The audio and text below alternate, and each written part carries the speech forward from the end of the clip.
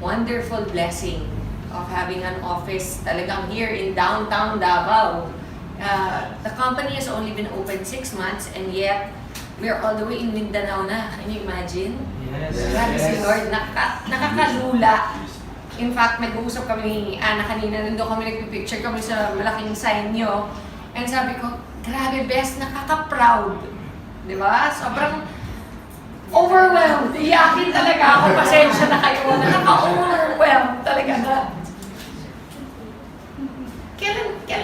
Ilan years na ba tayo nagkakilala, Bes? 2014. 2014. In 2014, nasa ibang company kami, ang dami namin hinanakit, alam niyo yung mga gano'n na pinagdaanan and everything. Pero, totoo pala yung sinasabi nila sa Bible na yung baptism of fire. Thank you, Bes. Di ba yung kailangan dumaan ka talaga minsan sa hard times para ma-appreciate mo rin. Eventually, yung pagdating nung lahat ng blessings ni Lord. Yes. At huwag mong i-take for granted. Yes. Mag-share lang ako ng konti. Sorry ha, sobrang emotional talaga. Ay! Whew! Time out!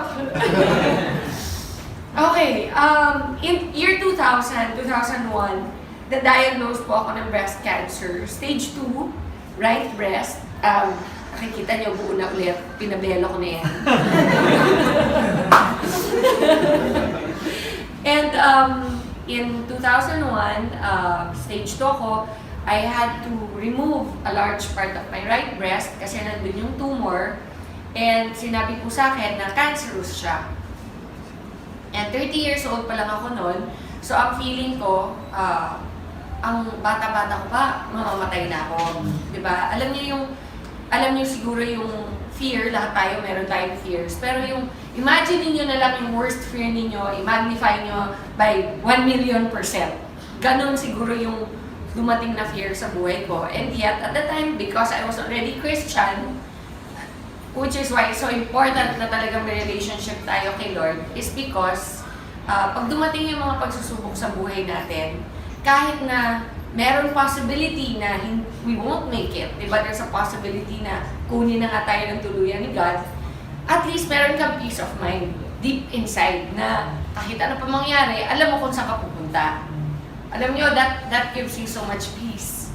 And in spite of all the fear and all of that, talagang nagpursige. I prayed so hard. Sabi ko, Lord, kung trial lang to, kung may dahilan ka, kung may purpose ka para sa akin, why I am going to go through this journey, kasi everyday naman sa buhay ng tao is a journey until makarating ka na sa iyong dapat puntahan, which is either heaven or hell.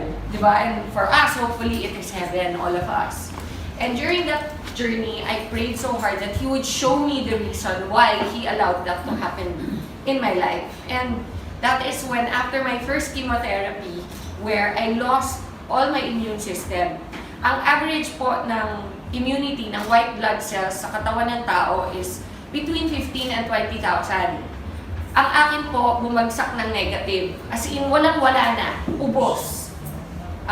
In fact, so much so na kapag may pumasok na nurse na may sipon or nanggaling sa isang restaurant na meron siyang hinawakan na bagay na may virus or whatever, pwedeng ipasa sa akin, for sure I'll die. It was that bad, my immune system. Naka-reverse isolation po ako sa hospital, which means naka-bubble. Yung kama ko, naka-plastic siya. So, bawal kahit anong virus na makapasok po dun sa room ko. Kasi my health was so detrimental na even somebody na kakatawa man na nagkulangot sa labas at pumasok sa kwarto ko, pwede na akong hawaan ng whatever virus at mamatay ako. It was during that time that I begged my doctor to allow me to have a laptop. Kasi, imagine niyo, kunyari, itong stage na to, naka-cover ng plastic. Okay? At ako'y nasa loob, in a bed. Ano magagawa mo doon? Wala. Sabihin mo, can I borrow a book? The book, they don't know where it came from. So, they don't know kung may nag-handle na may virus. So, bawal. Can I watch TV? You cannot watch TV kasi, alam nga, ipasok nila yung TV sa loob ng bubble mo. So nothing, bawal lahat. Ang pinag-pray ko talaga, Lord, bigyan mo naman ako ng laptop. Kahit ano lang, para meron akong nagagawa sa loob. And they had to buy a brand new sealed laptop and give it to me inside. It was a nurse that came, she was naka-rubber outfit. Alam mo yung mga uniform ng nurse, di ba? Blue. Pero ito, yung nurse ko, naka-blue pa rin siya, pero rubber yung uniform niya. Okay? As in plastic na makapal. Yun ang suot niya. Pinasok niya, naka-seal yung laptop, binuksan ko. Fortunately, may outlet sa loob ng bubble ko. So, nakapag-laptop na ako. And that's where I started to research for myself. What is cancer? How can I help my immune system? Lahat ng kinocomplain ko sa doktor, alam nyo, pag nagkikimo kayo, may 100 problems that come with it. Sabi nila, chemo is supposed to cure your cancer. But they don't tell you that it kills your immunity. Okay? 100%. They don't tell you that one of the major side effects is pounding headaches every day. So, di ba habang nagagamot ka for your cancer, binibigyan ka naman ng ibang mga problema. So, pag nag-complain ako ng masakit ang ulo ko na para akong may migraine, magdadala ulit another gamot. Na yung another gamot naman na yun, nakakasuka. So, the whole day, nagsusuka ka. Okay? Tapos, bibigyan ka naman another medicine to cover naman din pagsusuka. So, ano siya? Parang siyang domino effect. Until I really thought, there has to be a natural way. Kasi puro gamot, puro pharma ang binibigay sa akin. Eventually, ang naisip ko, my God, magsasuffer sobra yung liver ko and my kidneys. Puro gamot ang binibigay. How will I be able to heal even if I overcome cancer? Okay? What about the rest of my body? What about my kidneys and my liver and my heart, which has gone through so much because of the chemotherapy? How am I going to recover from that? That's when I started to do all the research online. How to boost your immunity naturally. And you know, honestly, it's amazing. Ang daming ways na mag-boost ng immunity natin naturally. Sleep is the number one way. You have to rest. Okay? Sinasabi nila, the only time your body heals is when you are sleeping. Did you know that? Di ba, iniisip mo, relax, beach, okay yan, di ba? That doesn't matter. You can relax in the beach. That's enjoyment. That's not healing. Healing is sleeping. It is so important. But there are other ways you can help with products like our Barley. Ang daming product na pwedeng gamitin. But did you know, the number one in the whole world that God created Himself is Barley. Okay? Kaya process of elimination, isa-isa kong ni-research yan. Imagine, I had 9 months in that bubble to discover what God really created that is the best for our immune system. And during the time, you have to remember, di ko naman alam na someday I'll be standing in front of people like you. Ang purpose ko lang during the time is for my own healing. Yun lang yung focus ko na, okay, so kung ginagawa mo yung research and yung training of your own knowledge for yourself, it doesn't matter about anybody else at the time. Gusto ko lang mahila ko sa sarili ko. Okay, so that's how I focused my research. What will help me? You know, there's a saying, knowledge is power, correct? So, you have to become knowledgeable. You guys, this is now your business. Be knowledgeable. Don't take my word for it. Don't take the word of IAM or ICA or anybody in the company that will speak to you and tell you about the benefits or whatever. Hear us. Listen to us. Pero afterwards, go and do your own research. Kasi knowledge nyo yan. Knowledge nyo yan, and that is your power. And that is what I did. Through my own research and my own readings, I realized, isa-isa, malunggay. Wow, taas ng ano niyan. Healing powers niyan. Okay? Yung ampalaya, taas din ng healing powers niyan. Guyabano, wheatgrass, but above them all is barley. Above them all. It's so amazing kasi yung highest niyan, next to barley is wheatgrass. And yet yung wheatgrass is only half as powerful as barley. Half! So everything else is below that. Berries are very high also. Okay, pero the best way to boost your immunity is through barley. And so, since alam ko na kung anong barley, kung ano yung pinaka-best way to boost my immune system, next step, aling barley? Daming klaseng barley from all over the world. Okay, meron India, may China. Actually, barley can be grown in any cold country. May US, okay, everywhere. New Zealand. The best is from Australia. And only one place in Australia grows barley. Why? Because the weather, the soil, the way it is planted and harvested, the way it is treated in the plant, so that the integrity and the purity of the product itself, of the plant itself, is contained 100%. So pagdating po sa packaging natin, everything, until it gets to your table, until you open it and put it in your glass, it is still 100% there, as if it was the day they harvested it itself. That is how amazing our barley is. Now, how does barley affect people? We're not a pharma company. We don't do a million tests. We believe in what God says. He promises certain things, and try it. What have you got to lose? For me, I was already in the hospital. Nasa hospital na ako. Lahat ng sinasabi ng doktor, ginagawa ko na. Lahat ng gamot, tinetake ko. And yet, bakit? Hindi nila ako mapagaling the way nag-recover ako nung nag-barley ako. Yes. Kaaway ng mga doktor ang mga natural products. I have to be honest. Because they don't make money from natural products. That's the beauty of IAM. IAM has made it available to you so that you can make money from natural products. You know, during my first chemo, I was in that bubble. I was thinking already things like, pag namatay ako, kamusta kaya yung anak ko? Sino mag-aalaga? All the things that you don't think about when you're 30. And I was already thinking, and accept ko na, okay naman daddy niya eh, kahit hibalay kami. Mapapalaki niyang mabuti yan. Andiyan naman mama ko, my sisters, di ba? Little did I know that God had a plan. That someday, what now? That was 2000. 17 years later, I would be here with you. Yes.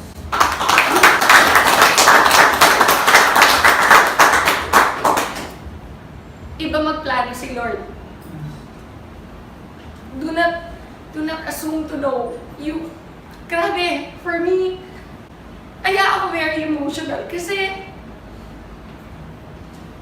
it's so real for me. It was a time when I really thought natapos na yung buhay ko. And then, every single time meron ganito na gathering or yung launch ng IAM natin, di ba, yung sobrang grateful ako na, wow God, binigay mo pa rin sa akin itong opportunity na maka-share. Even if the worst thing happened to me in my life na because of that cancer, because of that experience, andito ako ngayon. Nakakatulong sa maraming tao through IAM. Diba? Sobrang nakaka-overwhelm. Alam nyo, after my first chemo, which I was in that isolation for so long, on my second chemo, di na ako na-isolate. Yung immune system ko, which took 21 days to recover from the first chemo. So, kunyari, may ano kayo? Maro, thank you guys. Explain ko lang para naiintindihan nyo. During my first chemo, I ended up in the ICU. Okay? Yan, tama yan ha. Ako to. I'm not very good at drawing. Okay? Nakabubble yan. Ang first chemo, say day 1. Ito pala. Wala pala. Wala. Day 1 yan. Day 1. First chemo. Ang treatment ko is 4 chemos, dapat. And then after the 4 chemos, 21 days of radiation therapy. So on day 1 of my first chemo, the doctor already told me na you have to recover, your white blood cells will be wiped out. It's natural, sabi niya. Your second chemo is 21 days from now.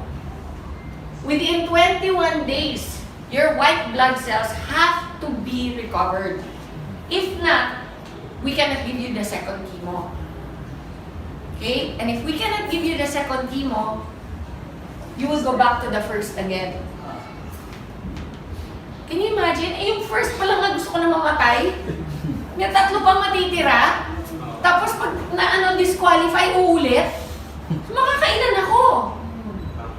Yun yung nasa mind ko. So, kailangan talaga ma-hit ko yung 21 days. Parang parang hindi, parang quota sa kailangan ma-hit, mag-sapphire. Actually, except that this is for your life. This was for my life. So, I cannot rely lang on what the doctors are saying kasi for me, okay, andyan na lahat ng sinasabi na gagawin ko. Pero, kailangan din tulungan ko sarili ko. Doon pumasok yung research, doon pumasok yung Barley. Nung na-discover ko na, alam nyo, on the 20th day, every day kukunan ka ng dugo. Every day for 21 days. On the 20th day, sinabihan ako, you made it. We can give it to you tomorrow. Imagine, ka-recover ko lang today. Tomorrow, titirahin na naman ako. Alam mo, gusto mo sabihin, pwede time out kahit 1 week lang, please lang, para normal yung feeling ulit. Ang feeling kasi dito, parang ang gulay. Hindi ka makabanyo on your own, kailangan may nag-aalalay sa'yo. Hindi ka makakain ng tama, kasi lahat ng, ang bibig mo, punong-puno ng mga singaw. Okay? Walang lasa, lahat ng kainin mo, tastes like metal. No, promise, no. Alam mo yung sasabihin nila, do you know what metal tastes like? Me, I know. Kasi it ruins your taste buds completely. Alam mo, my favorite things like chocolate, okay, Coke, yung mga ganyan. Di ba yung mga gusto mong kainin? Burger, lahat na ipasok ko sa bibig ko, lasang metal. So wala kang gana. Why will you eat? Kahit sa mind mo, ito yung taste, di ba? Sabi mo, ito yung lasa niyan. Bibili ko niyan. Pagdating sa'yo, hindi yun yung lasa. Yun yung side effects ng chemotherapy. So I made it to my second. By then, imagine, 20 days na ako nagre-research. By then, sabi ko, by then, husband, I told him, bumili ka ng Barley. I don't care what the doctor say. Itago mo, huwag mong pakikita na pinasok mo dito. So, naipasok.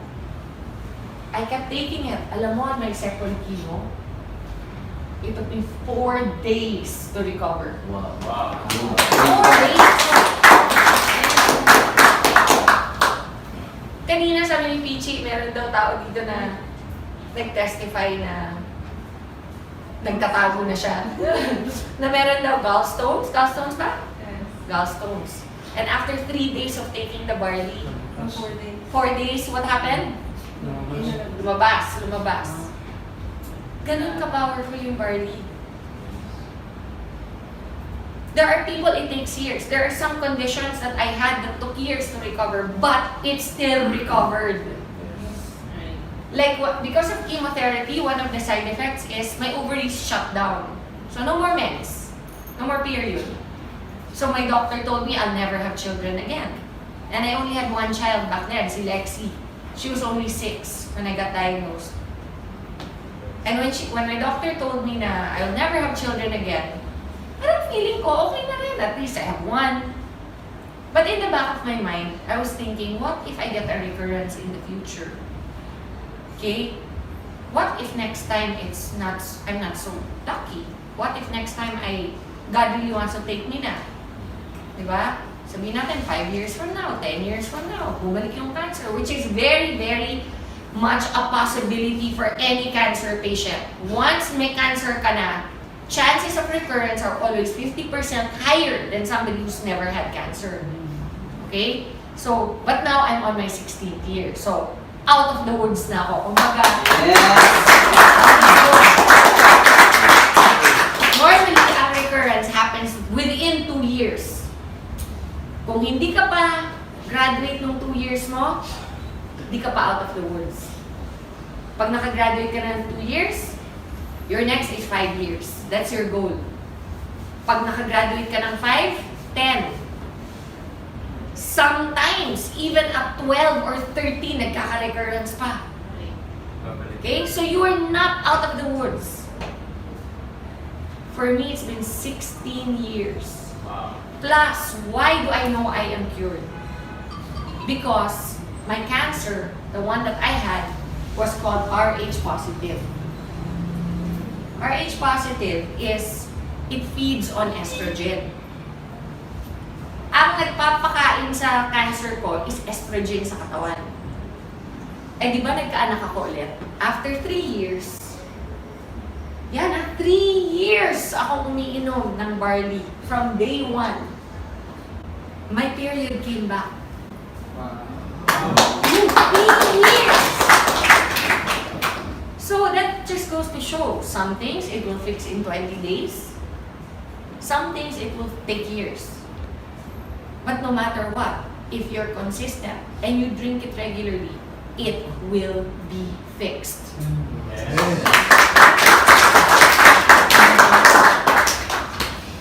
So on the 3rd year, I got pregnant and I have my son. During my pregnancy, all my doctors were going crazy. Nako, that's so dangerous. You have to have a medical abortion immediately. You have to do this, you have to do that. Nako, you cannot. You're a cancer survivor. Do you want to get cancer again? Yun yung sinasabi sa akin. Because nga, when you get pregnant, what goes up in your system? Estrogen. Correct? When estrogen goes up, I'm feeding the cancer. So whatever is dormant, whatever is sleeping in my system will wake up again. And it will be fed. And I will get it again. Yun yung fear. Even my mom, iniiyakan ako. Hindi daw ba sapat na pinadaan ko na sa kanya one time? At uulit pa ako. I'm so selfish. Lahat! I heard it all. You're a selfish person. You're only thinking of yourself. Lahat yan. Sinabi sa akin. But you know, I knew. In my heart, I knew. God will not allow this if there's no purpose. Yes. And you know, now my son is 12. Imagine he's 12. What if I had an abortion? He'd not be here. You know? And he brings everybody so much joy. Not just me, my mom, my daughter. And you know, when I found out I was going to have another child, you know, I knew in my heart it was going to be a boy. Hindi ko pa alam yung sex. Pero in my heart, I knew God promised. He said to me, you're going to have a son. You know, from the day that I knew I was pregnant, alam ko lalaki. And I knew also that, you know, I was reading Malakay. Because I have so many testimonies about tithing. Some other time regarding tithing. But in a nutshell, when I went to the States and I found out I was pregnant, I had no money. None. But I was always a very faithful tither. Tayo, nagpapayaman, di ba? Like what Pastor said earlier. It all belongs to God. All of it. Pag 10 pesos lang ang pera mo, easy no to give 1 peso. Pag 100 pesos, easy to give 10. Pag 100,000 na, madali pa bang magbigay ng 10,000? Or, pag 1 million na, kaya mo magbigay ng 100,000? Harder, di ba? Why? It's relative. It's the same ratio. Why does it become harder? I remember there was one time I earned 1 million pesos in one TV show. I went to church. Andun si Connie Reyes. Naka-ready na yung check ko ng tithe. Pero, hindi ko mabigay sa church. Sa Victory. Lumapit ako sa kanya, sabi ko, Connie, I made na the check. But parang I can't give it. It's heavy in my heart. Sabi ko, parang ang bigat ibigay. Sabi niya, come on, Ton. Sabi niya gano'n.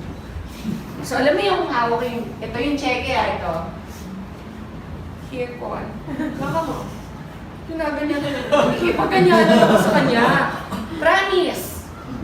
Alam mo, she reminded me, sabi niya, you cannot outgive God. Yes. When I got sick and I had no money to pay for anything, I was in America. I blindly applied. Blindly. I'm not entitled. I'm not an American citizen. I blindly applied for medical aid. And I got approved. My entire treatment was free. Woo! And you know what? I remembered that moment that I gave that check to Connie. Yung bigat ng pag-release nung alam mo yung envelope natin, sabi ko, hirap talaga, hirap i-release yun. Pero I'm so grateful that I did because at the time when I needed help, God was there. I calculated how much it would cost. 5 million to 3.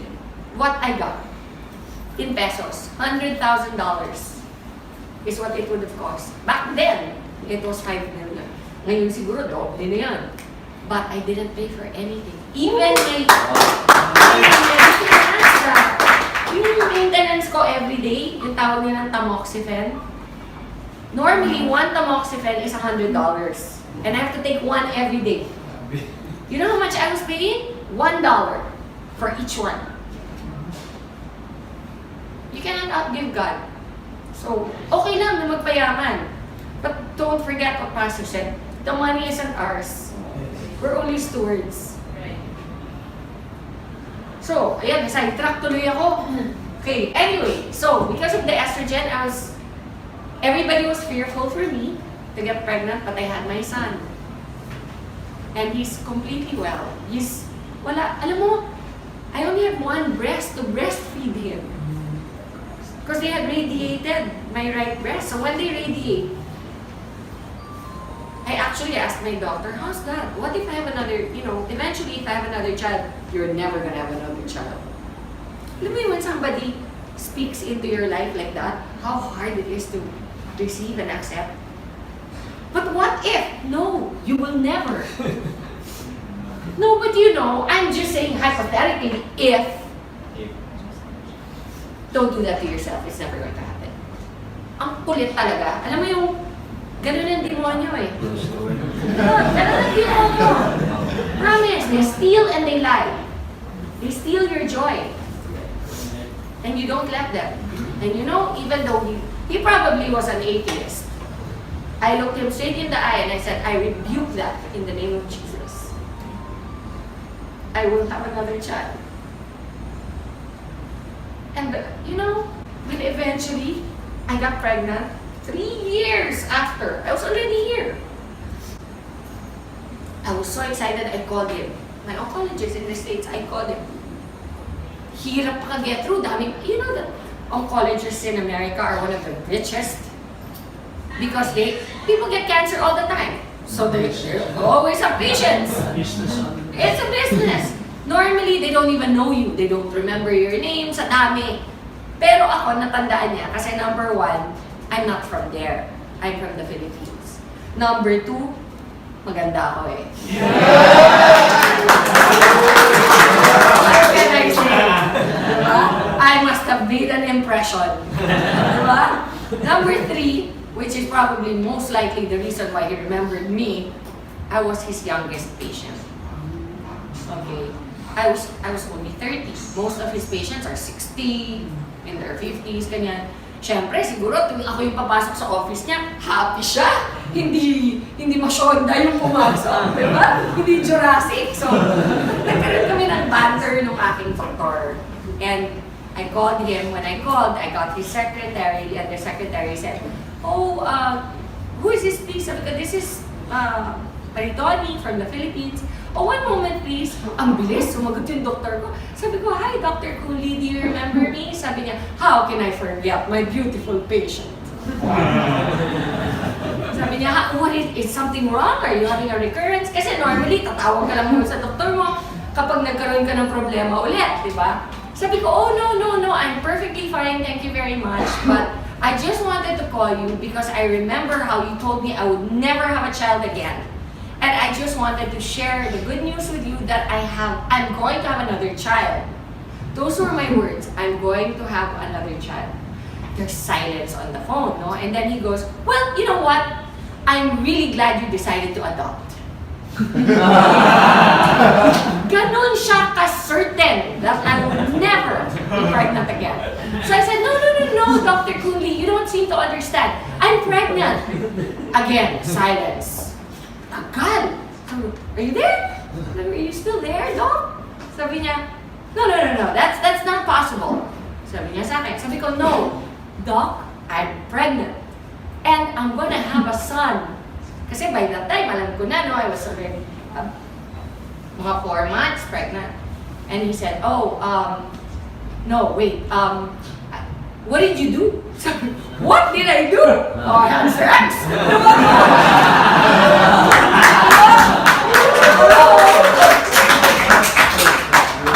No, but, you know, I said to him, "Nothing, I didn't do anything." He goes, "No, you must have done something." So, siguro kala niya medical procedure or something. So I said, "No, I've been taking a supplement for a while, and it's called Barley." And ako yung nag-educate sa kanya about what I had done this whole time, from day one. Sabi niya, "Oh, you're a sneaky one." Sabi ko, "But it worked." And sabi niya, "Oh, well, I'm very happy for you." You know, and in as much as we are not allowed to recommend those things, being doctors, we do not stop our patients if they want to. Sabi niya. So, imagine, that's my oncologist na. He's the one that told me I'll never have a child again. He's the one that told me that, you know, if I get pregnant, for sure I'll have a recurrence. And yet, here I am. My child is 12 years old.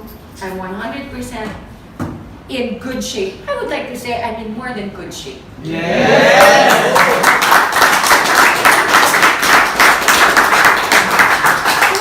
Sinishare ko lang to para malaman niyo kung saan nag-umpisa yung barley natin. It has come a long way. When I first met IAM, you know, and he told me he was interested in the barley, parang protective pa ako. Di ba yung parang ayokong i-share? Kasi parang ang feeling ko, baby ko to eh. This is my baby. This is what helped me survive. And then after a year of friendship that developed between us, I could feel where his heart was. And I knew that his purpose was aligned with mine, which is that we want to help people. We want to help people get better. We want to spread the love of God more than anything. And one of the ways, ironically, is through one of the toughest things I've ever had to go through in my life. And something that I discovered during that time. So, you know, it is an honor and a blessing to be able to provide the barley that helped me to IAM Worldwide. So do not ever, I mean, if you have any questions, we're always available to let you know. You know, I always encourage also members. Kasi minsan yung mga nagpa-private messages sa mga social media accounts ko. Simple things like, pwede ba ang barley sa diabetic? You can Google that. I am not your only source of information. Tama lang. Okay? It is in the internet. That's why I am proud to tell you, grabe ang galing ng barley natin. Kasi hindi lang po sa akin dapat manggaling yung believe din nyo. Ako lang po ay testimony. This thing that you see in front of you is the reason why I'm living proof that it works. Okay? But go and do your own research. Find out. Maybe, mas may alam pa kayo eventually kaysa sa akin about what barley can do. Yes. Diba? You know, I've had people take barley come up to me and say, "Hoy, alam nyo, yung anak ko, congenital ang heart disease niya, ganyan-ganyan." And then, we just kept giving barley and eventually it healed. I didn't know that barley could do that. Kasi I'm not naman a doctor or a nutritionist. I'm just a person who took this beautiful gift of God and it worked for me. And that's why I want to share it. I want to let you all know that we are here to support you in every way. It will not only give you great health, it will give you great pockets. Yes. God bless you everyone. Thank you.